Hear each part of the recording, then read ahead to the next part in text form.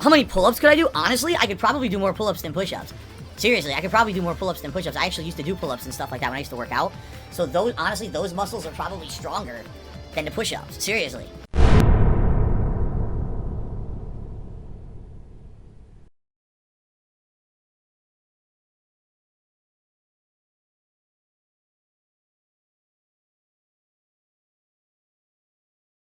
A $10 tip from Jack Yak. My time here has been great. I was surprised to see not only you're not the biggest piece of shit on the internet like everyone has told me, you're very entertaining and chill. All your faults that I keep hearing about were overblown at best and non-existent at worst. Wow. And this is someone who came from outside the channel and just actually gave me a chance for a year. I appreciate that. The sad fact, Jack Yak, is that sadly not everyone's like you, and a lot of people just want to roll in the memes, correct? They don't want to spend some time to see if something is actually good, or as people say, they would rather just believe it all and laugh along with it and make fun of it. Or, sadly, the other part of that is to benefit from it, right? How many content creators have found success in just rolling with negativity about me?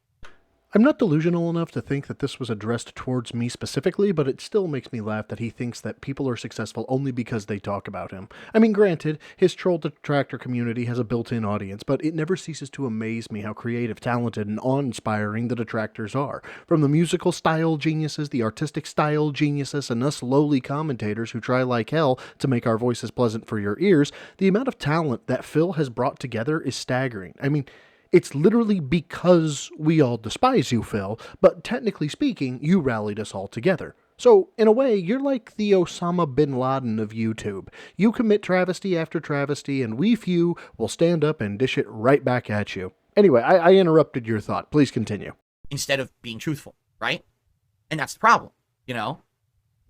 Once they see the dollar signs, once they see the view counts, once they see the engagement they get from a toxic community, they want that again and again and again, right? And sadly, some people even see longevity in it. I mean, there's people who literally, the only reason they're known on the internet is because they made fun of me. That's it. They tried their own content. They've tried their own deal. They don't get any traction, or they get minimal traction. But then when they bring me up again, boom. So that's what I mean. That's how these people are.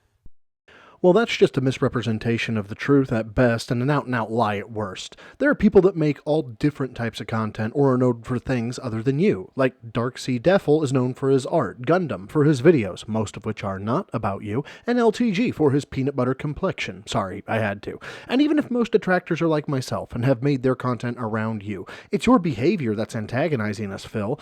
How you go through life, getting person after person to despise you, and never think to yourself, hey, maybe it's me.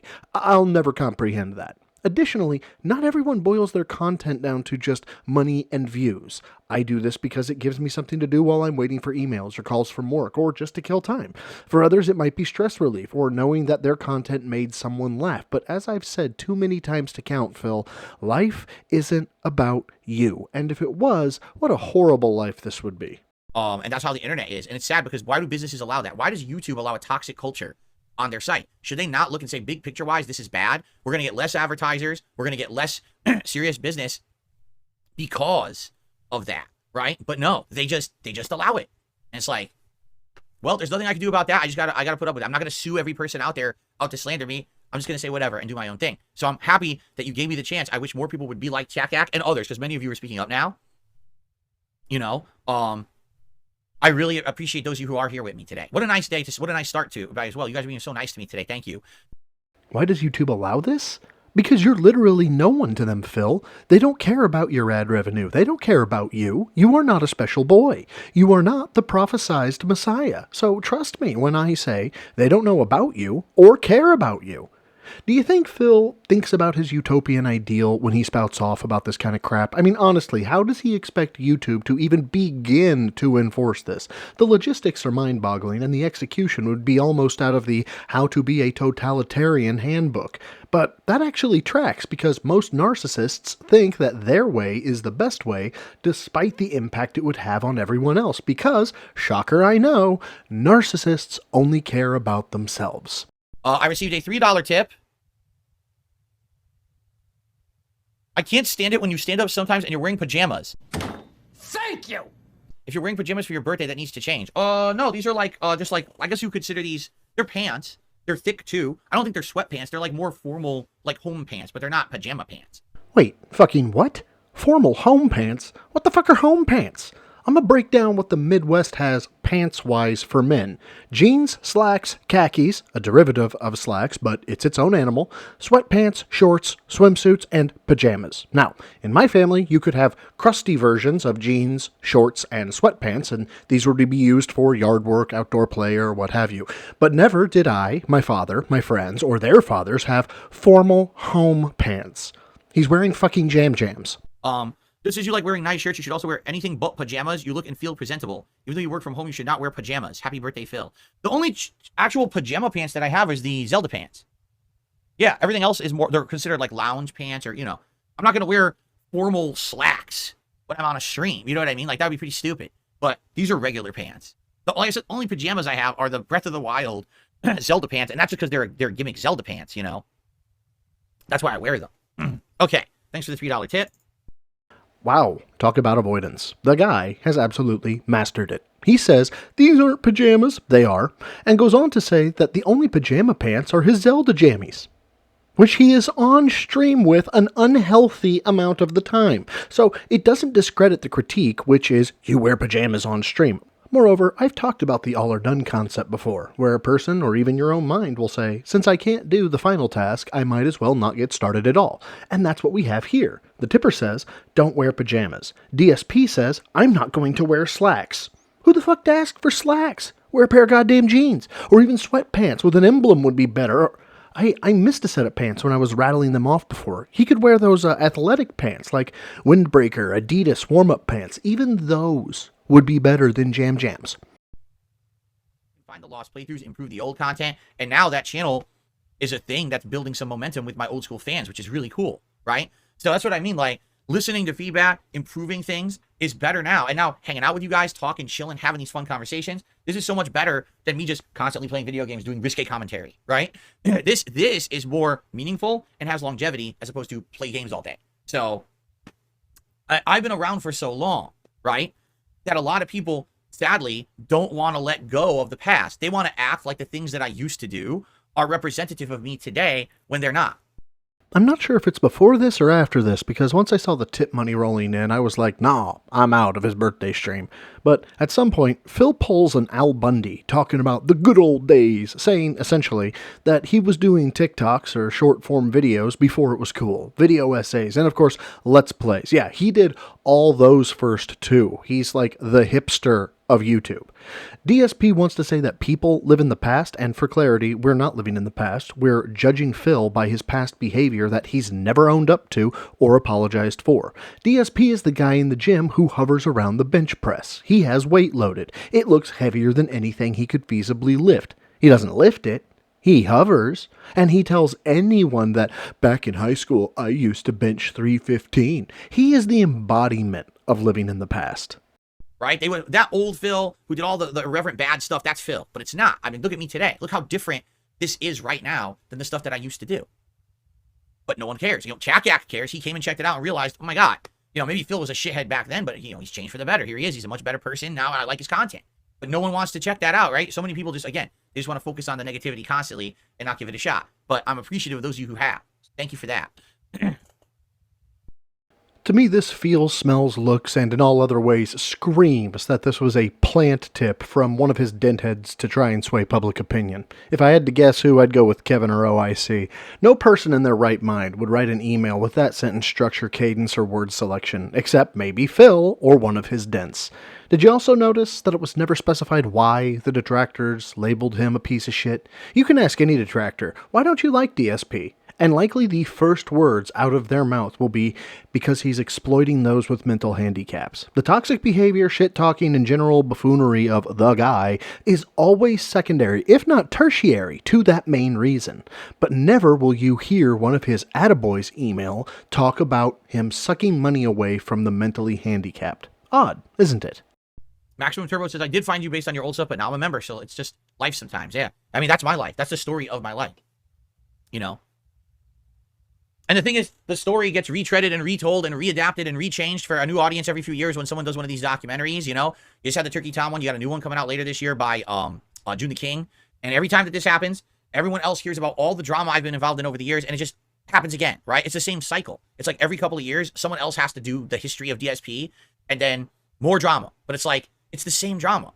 Yes, Phil, it's the same drama, because these are debts of bad behavior, which you have left unpaid. Just off the top of my head, you have yet to apologize for. The Project 7 scam, doxing Anonymous, begging for money and spending it on WWE champions, general horrible behavior towards the FGC, what you did to Jaha, and here apology doesn't mean crying and then blaming alcoholism, banning RG Beef for knowing more about you on bitrate, banning Lavinia for knowing more about your mini PC than you, banning and berating King Be Cruel. And again, these are just off the top of my head. These are ways you have wronged people, and the detractors/internet want you to take accountability for it and actually have remorse over what you've done.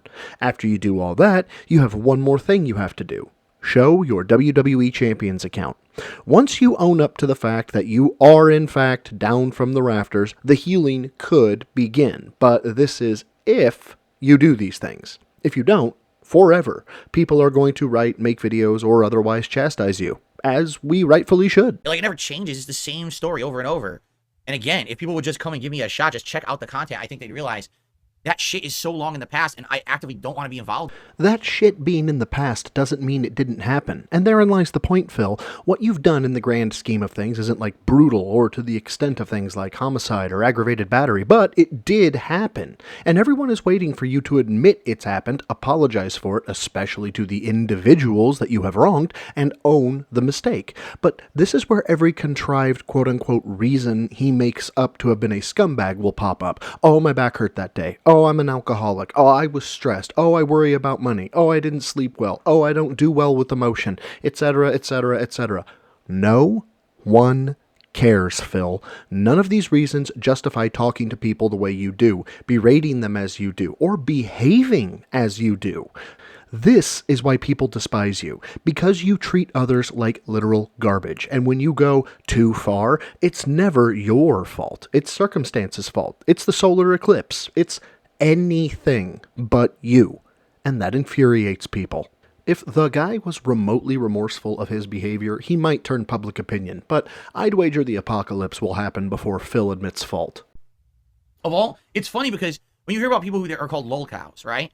Of all those people, right? How many of them are that because literally that's what they want? Like, the reason that there's always drama around them is because they create that drama so people will pay attention to them so they can continue to be relevant, correct? I'm the antithesis of that. I don't want that. I want to be outside of all drama. I just want to hang out and have fun with my audience. I don't care about any of their shit. You know what I'm saying? I want nothing to do with their shit. Yet people keep trying to pull me in and bring me up, and you know what I mean? And I don't have nothing to do with any of you. That drama that Phil seeks to avoid is known by another word, that being accountability. Think back to any time Phil has complained of drama, the side-scroller's interview, not connecting with Keemstar, when he goes off on rage-fueled 1940s-era rants about detractors and how the world would be better if you didn't exist. Anything he does that is wrong is only drama when he gets called out for it. He wants to play the games he wants, talk to people however the fuck he wants, treat them however he wants, spend their money however he wants, and he wants to hear nothing from anyone about how terrible he is. Otherwise, that's drama. Try it in the future. Anytime he brings up drama, sub in the word accountability, and I bet the sentence will make the same amount of sense, or possibly even more so. None of you. I want nothing to do with any of this community of bullshit and toxic drama. But they all try. They know it is because I'm the one who doesn't do it. I don't play their game. Everyone else has, to some extent. The Wings and the Boogie and even LTG and Keemstar benefits off of that shit, right? So they all want me involved in it because they know that the dollar signs come from it. I don't want to do that at all. I want to be, wow, there's a new me in a party hat emote. Look at that. Look at that emote for today. Very nice. But that's the thing. I want nothing to do with any of them at all. I don't want to be involved with their trash, And yet, here it is. Try to pull them in constantly. So I'm the antithesis of them. You can argue the reason that there's always drama around them is because they create it for benefit. The only drama here is from them trying to make drama for me so they can benefit. I never wanted to be involved with this shit, So I'm happy, again, that I'm not reliant on that. I don't have to every few months create new drama around the channel so that I can get clickbait views and people caring about me again. I have people who care about me, and that's nice, right? So even in this last bit, He doesn't care about accountability. People want to drag him into being held accountable. Wings and Boogie and Keem, they're only interested in holding people accountable. Phil's the only one who tries to stay away from accountability. He wants nothing to do with accountability. He is the antithesis of being held accountable.